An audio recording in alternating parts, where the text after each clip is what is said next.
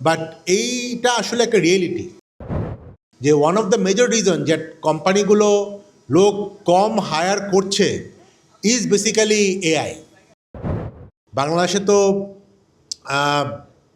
Unemployment একটা বড় সমস্যা, তাই না? এবং এই আনএমপ্লয়মেন্টের যেই প্রবলেমটা, সেই প্রবলেমটা কিন্তু আমরা জানি যে মেইনলি হচ্ছে শিক্ষিত আনএমপ্লয়মেন্ট বা যেটাকে আমরা বলি যে গ্র্যাজুয়েট আনএমপ্লয়মেন্ট। কারণ আমাদের বিভিন্ন ইউনিভার্সিটি কলেজ থেকে প্রতি বছর লক্ষ লক্ষ ছাত্রছাত্রী গ্র্যাজুয়েশন করছে। আমি শুধু একটা হিসাব দেই, প্রতি বছর এখন বাংলাদেশে 7.5 লক্ষ লোক গ্র্যাজুয়েশন করে। তো এর মধ্যে আমাদের হিসাবে প্রায় 50-60% গ্র্যাজুয়েট তারা পড়াশোনা শেষ করার পরে চাকরি 2-3 বছর কোনো চাকরি পায় না। কিন্তু আবার যারা নন গ্র্যাজুয়েট যদি বলেন, সাধারণ হয়তো কেউ ম্যাট্রিকও পাস করে নাই বা তার আগেই ড্রপ আউট করেছে, তাদের ক্ষেত্রে কিন্তু আনএমপ্লয়মেন্টটা অনেক কম। আমাদের যদি ন্যাশনাল স্ট্যাটিস্টিক্স দেখেন, ওভারঅল আনএমপ্লয়মেন্টের তুলনায় আমাদের গ্র্যাজুয়েট গ্রুপটার আনএমপ্লয়মেন্ট, মানে পার্টিকুলার ইয়াং গ্র্যাজুয়েট গ্রুপটার আনএমপ্লয়মেন্ট কিন্তু অনেক বেশি, প্রায় 5-6 গুণ বেশি। তো এই যে একটা বড় সমস্যা, এই সমস্যার অনেক কারণ আছে, সোশিও ইকোনমিক কারণ আছে, আমি সেই জায়গায় যাচ্ছি না। বাট এইটা আসলে একটা রিয়েলিটি এবং আপনারা জানেন যে এই সমস্যাটা আসলে আমাদের এখন একটা বিরাট ইকোনমিক সমস্যা, পলিটিক্যাল পার্টিগুলো যখন ভোট চাচ্ছে তারা বলছে যে আমি কর্মসংস্থান তৈরি করব। তো এবং আপনারা জানেন যে আসলে যে 2024 সালে যে অভ্যুত্থানটা হয়েছিল সেটা কিন্তু কর্মসংস্থান কেন্দ্রিক একটা অভ্যুত্থান হয়েছিল, তাই না? মানে শুরু হয়েছিল যে চাকরির জন্যই আসলে আন্দোলনটা শুরু হয়েছিল। তো প্রবলেমটা আসলে বেশ বড় একটা প্রবলেম এবং এই প্রবলেমটা আসলে সলভ করতে হবে আমাদের যারা পলিসি মেকার আছেন বা যারা কাজ করছেন অর্গানাইজেশনগুলো, রিক্রুটার, যারা ইনস্টিটিউট আছেন, ট্রেনিং বা ইউনিভার্সিটি যারা আছেন, তাদেরকে সবাইকে মিলে সলভ করতে হবে। বাট তার আগে আসলে এটার কারণটাও বুঝতে হবে, তাই না? যে কেন এত আনএমপ্লয়মেন্ট আমাদের সোসাইটিতে তৈরি হচ্ছে। তো বিভিন্ন কারণ আছে, আমাদের ওভার সাপ্লাই আছে অফ গ্র্যাজুয়েটস। আমি শুধু যারা আপনার আইটি ইন্ডাস্ট্রিতে যারা আছেন শুধু বলি, বাংলাদেশে প্রতি বছর আজ থেকে হয়তো 10 বছর আগে সব মিলায় 10-15 হাজার আইটি গ্র্যাজুয়েট পার হতো। এখন গত 2-1 বছরে যদি আমরা ডাটা নেই, ইউজিসি বা অন্যখান থেকে ডাটা নেই, প্রতি বছর প্রায় 25-30 হাজার শুধু আইটি গ্র্যাজুয়েট বাইরে হচ্ছে, মানে কম্পিউটার সায়েন্স, সফটওয়্যার ইঞ্জিনিয়ারিং, এই সাবজেক্ট রিলেটেড। হ্যাঁ, তো দ্যাট মিনস কি হঠাৎ করে আমাদের সাপ্লাইটা বেড়ে গেছে কিন্তু ডিমান্ড কি অত বাড়ছে?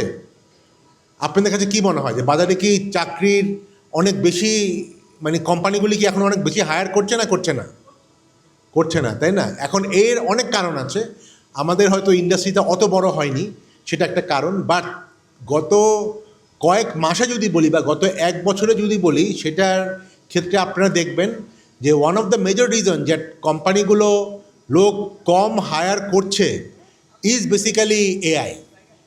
হ্যাঁ, তো এআইয়ের যে ইম্প্যাক্টটা সেটা নিয়ে আমাদের পরবর্তী সেশনে কিভাবে এআই আসলে অনেক কম লোক দিয়েও সফটওয়্যার ডেভেলপমেন্ট করা যায় সেটা হয়তো আপনারা আরও ডিটেলস দেখবেন আমাদের যে রিসোর্স পারসন শাহনেওয়াজ তপু থেকে। বাট জেনারেলি যদি বলি, এটা সারা বিশ্বেই, কিন্তু এটা শুধু আমাদের দেশে না, সারা বিশ্বেই জেনারেলি এআইয়ের ইম্প্যাক্টটা কিন্তু পার্টিকুলার যেই সেক্টরগুলির মধ্যে বেশি পড়ছে, হ্যাঁ, সেই সেক্টরগুলির মধ্যে আইটি আসলে অন্যতম। আইটি বা পার্টিকুলার সফটওয়্যার ডেভেলপমেন্ট, তারপরে আউটসোর্সিং, কল সেন্টার, বিপিও, এগুলি কিন্তু সবচেয়ে বেশি ইম্প্যাক্টেড সেক্টরগুলির মধ্যে একটা। উদাহরণ দেই, আপনি দেখবেন যে হসপিটালিটি ইন্ডাস্ট্রি মানে কি, এখানে আমার প্রচুর হাউসকিপার দরকার, রেস্টুরেন্ট ম্যানেজার দরকার, শেফ দরকার। এগুলি কিন্তু এআই খুব বেশি রিপ্লেস করবে না, এখনই করবে না, হয়তো আজ থেকে 20-30 বছর পরে করবে। কিন্তু বিকজ সেই কাজগুলোর much more little bit manual এবং সেই কাজগুলিতে হিউম্যান টাচ খুব ইম্পর্ট্যান্ট। বাট টেকনোলজি যে প্রফেশনালগুলো আছে, হ্যাঁ, whether it is a coder, whether it is a QA, even kind of product, এই টাইপের জবগুলো কিন্তু আপনারা জানেন যে প্রচুর নতুন এআই টুলস এবং টেকনোলজি চলে আসছে, যেগুলি দিয়ে কিন্তু খুব ইজিলি এই কাজগুলো আসলে এজেন্ট দিয়ে করা সম্ভব। তো এখন তারপরেও কি থাকবে না, মানে এআই কি আসলে পুরা মানে আইটি ইন্ডাস্ট্রির সবাইকেই রিপ্লেস করবে? Of course not. যদি আপনারা দেখেন কোন জবগুলো সবচেয়ে বেশি হিট হবে আইটির ক্ষেত্রে, সেই জবগুলো আসলে বেসিক্যালি এন্ট্রি লেভেলের জব। বেসিক্যালি আপনারা তো আসলে এন্ট্রি লেভেলেই, যেটা আপনাদের মানে যেটা দেখে বোঝা যাচ্ছে যে মেইনলি আসলে এন্ট্রি লেভেলের জবের জন্যই আপনারা এখন আসলে কোয়ালিফাই করার কথা। তো সেই জবগুলি কিন্তু আসলে বেসিক্যালি এআই প্রথম দিকে হিট করবে। অতএব আপনাদেরকে কিন্তু এই জিনিসটাকে মাথায় রাখতে হবে। এখন তাই বলে কি আপনারা এই প্রফেশন ছেড়ে দিবেন? Of course not. আমার মনে হয় আপনাদেরকে বোঝা দরকার যে কীভাবে এই জিনিসটা ঘটতে যাচ্ছে, এবং সো দ্যাট এই চ্যালেঞ্জের এই ট্রান্সফরমেশনের মধ্যেও যাতে আপনারা রিলেভেন্ট থাকেন, সেই স্কিলগুলো আপনাদেরকে জানতে হবে। হ্যাঁ, এখন much more architectural skill will be more important than basic coding skill, তাই না? যেটা নিয়ে আসলে তপু হয়তো অনেক কথা বলবে। তো এই নিজেদেরকে আসলে খাপ খাওয়ানোটা আসলে এখন একটা বড় চ্যালেঞ্জের জায়গা, এবং পার্টিকুলারলি আপনারা যারা নলেজ ইন্ডাস্ট্রিতে বা সফটওয়্যার ইঞ্জিনিয়ারিং ইন্ডাস্ট্রিতে কাজ করবেন বা প্রফেশনালি এখানে থাকার প্ল্যান করছেন, তাদেরকে আসলে এই চেঞ্জটা কীভাবে চেঞ্জ হচ্ছে ওভারঅল এই ইকোসিস্টেম, এই চেঞ্জটা বোঝাটা খুবই ইম্পর্টেন্ট। এবং সেই কারণেই আমরা নর্মালি যখন জব ফেয়ার করি, আপনারা জানেন বিডিজস প্রতি মাসেই জব ফেয়ার করে, বিভিন্ন জেনারেল জব ফেয়ারও করে, বিভিন্ন ইন্ডাস্ট্রি সেন্ট্রিক জব ফেয়ারও করে। সেখানে কিন্তু এরকম বড় মানে কনফারেন্স বা মানে ট্রেনিংয়ের বা মানে সেমিনার তেমন একটা থাকে না। বাট আমাদের কাছে মনে হয়েছে যে আইটি ব্যাপারটা এত বেশি চেঞ্জ হচ্ছে, এবং এখানে আমাদের যারা নিউ গ্র্যাজুয়েটস, তরুণ যারা প্রফেশনালস, তাদের জন্য কিছু গাইডেন্স দেওয়া দরকার। হ্যাঁ, কিছু গাইডেন্স দেওয়া দরকার, তাদেরকে কিছু স্কিলের সম্পর্কে হাইলাইট করা দরকার। এই জন্যেই কিন্তু আমরা জব ফেয়ারের সাথেই এই কনফারেন্সটা আয়োজন করছি, এবং সেক্ষেত্রে বাংলাদেশের বেস্ট কিছু রিসোর্সকে আমরা ইনভাইট করেছি, সো দ্যাট তাদের কাছ থেকে আপনারা শুনতে পারেন।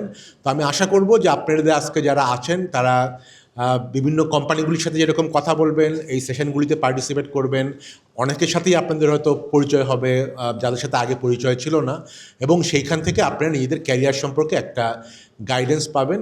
এবং মানে আমি আবারও বলবো যে এআইকে ভয় পেয়ে লাভ নাই, কারণ এআই ইজ এ রিয়েলিটি, তাই না? এখন মানে ওই রিয়েলিটিটার তো মানতে হবে আমাদের, কিন্তু রিয়েলিটির মধ্যেও যাতে আমরা নিজেদেরকে প্রিপেয়ার করতে পারি, নিজেদেরকে রিলেভেন্ট রাখতে পারি, সেই ব্যাপারে আপনাদের আসলে এখন থেকেই প্রস্তুতি নিতে হবে। আদারওয়াইজ কিন্তু ভবিষ্যতে আপনি আক্ষেপ করবেন যে না, আমি তো এই জিনিসটা জানলে, আজ থেকে 2 বছর আগে জানলে আমিও তো এদের মতো আরও ভালো করতে পারতাম। তো আমি আশা করব আজকের প্রোগ্রামটা সফলভাবে সম্পন্ন করা সম্ভব হবে আপনাদের সহায়তায়। যারা এখানে উপস্থিত আছেন, কোম্পানি, জব সিকার্স, প্রফেশনালস, সবাইকে আবারও ধন্যবাদ জানাচ্ছি আমাদের সাথে থাকার জন্য। আপনাদের সকলকে ধন্যবাদ। আচ্ছা, আমরা তাহলে